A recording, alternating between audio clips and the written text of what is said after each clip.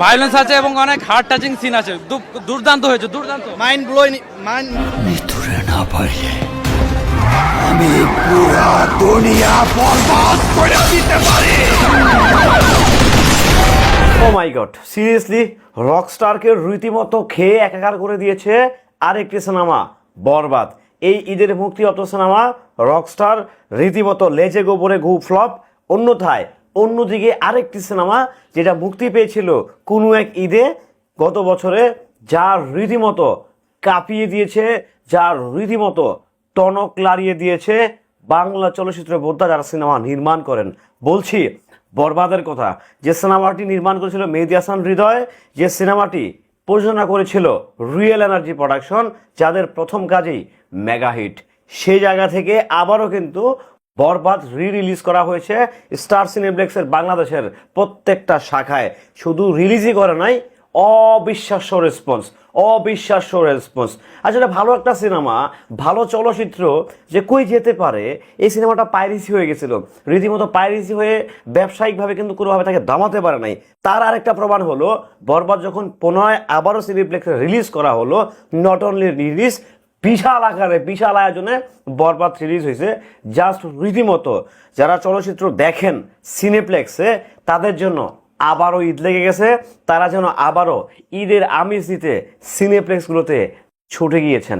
ভাবা যায় 1 বছর পর একটা সিনেমার অস্তিত্ব বিলীন হয়ে গেছে, সেই সিনেমা আবারও পুনরায় সিনেপ্লেক্সে রিলিজ করা হয়েছে, যেটা রীতিমতো মানে সবাইকে অবাক করে দিছে।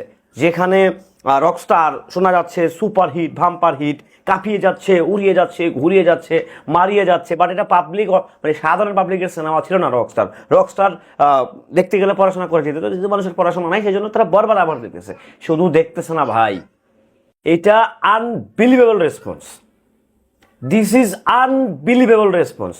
একটা আবার ভাবেন, একটা ভালো সিনেমা দেখেন, আমি এই সিনেমারই প্রডিউসার রিয়েল এনার্জি যিনি কর্ণধার আছেন, সারেন একটা সুমি আপা, ওনার রেজরেই বলতে চাই। উনি একটা কথা বলছিল যে সিনেমা আসলে বেসিক্যালি কোনো নায়ককে বেস করে হয় না, সিনেমা গল্পটাকেই মূলত প্রাধান্য দেওয়া হয়। এই যে বরবাদ আজকে থেকে নতুন করে রিলিজ হয়েছে, আপনারা দেখেন তো, এটা কি কোনো নায়ক কেন্দ্রিক সিনেমা ছিল? ডেফিনেটলি এটা নায়ক কেন্দ্রিক সিনেমা ছিল। বাট ওই সময়টায় উনি যে কথাটা বলছিল যে আমি আমার সিনেমাটাতে শাকিব খানকে কাজ করতে পারি, এই নয় যে শাকিব খান থাকলেই সিনেমা হিট হবে। It is true, this is really true. কারণ শাকিব খানের সিনেমা তো পরপর কয়টা, 3টা তো গেলই, 3টা রীতিমতো যাতা অবস্থায় গেছে। এটা তো অস্বীকার করে, মানে এটা তো মানে তেল মেরে তো এটা বাম্পার হিট সুপার হিট করা যাবে না। প্রিন্স তো একেবারে একেবারেই গুফ্লপ। তারপরে আসলো রকস্টার, এটার তো কোনো কথাই নেই ভাই। ঈদের পর দিন দেখে সিনেমা সিঙ্গেল স্ক্রিনে জাস্ট পুরকি পাইয়া, বাংলায় যাকে বলা হয় চুদলিংপং, মানে এটা অন্য ভাষা আর কি, বাট এটা বাংলার ভাষাটা আরও ডেঞ্জারাস। সেই জায়গা থেকে বরবাদ রিলিজ পেয়েছে 1 বছর পর। আপনারা ভাবেন সিনেমাটা কোথায় গেছে? টিকিট সংকট স্টার সিনেপ্লেক্সে। এই যে একটা ভালো সিনেমা, এই যে একটা ভালো কন্টেন্ট, এই যে গুড একটা কন্টেন্ট, দেখেন ভালো জিনিসের ভ্যালু লাইফ টাইম থাকে, ভালো জিনিসের ভ্যালু লাইফ টাইম থাকে। আমি আর একটা সিনেমার নাম বলতে পারি, প্রিয়া আমার প্রিয়া, শাকিব খানের। ওই সিনেমা দেখতে গিয়ে আমার এই হাতটা ভাঙছে, দেখেন দেখা যায় জয়েন্ট আছে এখানে। এটা যদি এখন আবার রিলিজ করা হয় ডিজিটাল ফরম্যাটে, এটা অনেক দূর যাবে ভাই। তো কিছু কিছু কাজ থাকে স্পেসিফিকলি মানে এক্সট্রা অর্ডিনারি যেটাকে বলা হয়, তো সেটা বরবাদ। এই বরবাদের রেকর্ড আসলে কেউ ভাঙতে পারবে কি না, কেউ বরবাদকে টাচ করতে পারবে কি না, আমি আসলে জানি না। তবে এতটুকু বলতে পারি যে এই ঈদের সিনেমা ছিল রকস্টার, তার কোনো পাত্তা নাই বরবাদের কাছে, কোনো পাত্তা নাই। রকস্টারের সাথে আমার কোনো ক্ল্যাশ নাই, তার কোনো পাত্তাই নেই।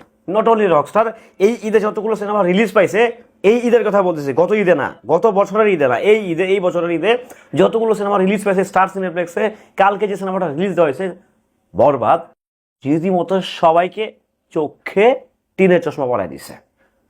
এটা ভালো কন্টেন্ট ভাই, ভালো সিনেমা, দৌড়াবে, অটোমেটিক যাবে। আমি রিয়েল এনার্জি প্রোডাকশনকে বলবো যে আপনারা এরকম ভালো মানের কাজ দেন, ভালো মানের কন্টেন্ট দেন, দেখবেন আপনারা খুব দ্রুত গতিতে আবারও, আপনারা তো ব্যাকফুটে নাই, আপনারা লাইব্রেরি আছেন, সো ভালো কিছু করেন, গল্প নিয়ে ভালো কিছু করেন। ভালো থাকবেন, সুস্থ থাকবেন, আল্লাহ হাফেজ।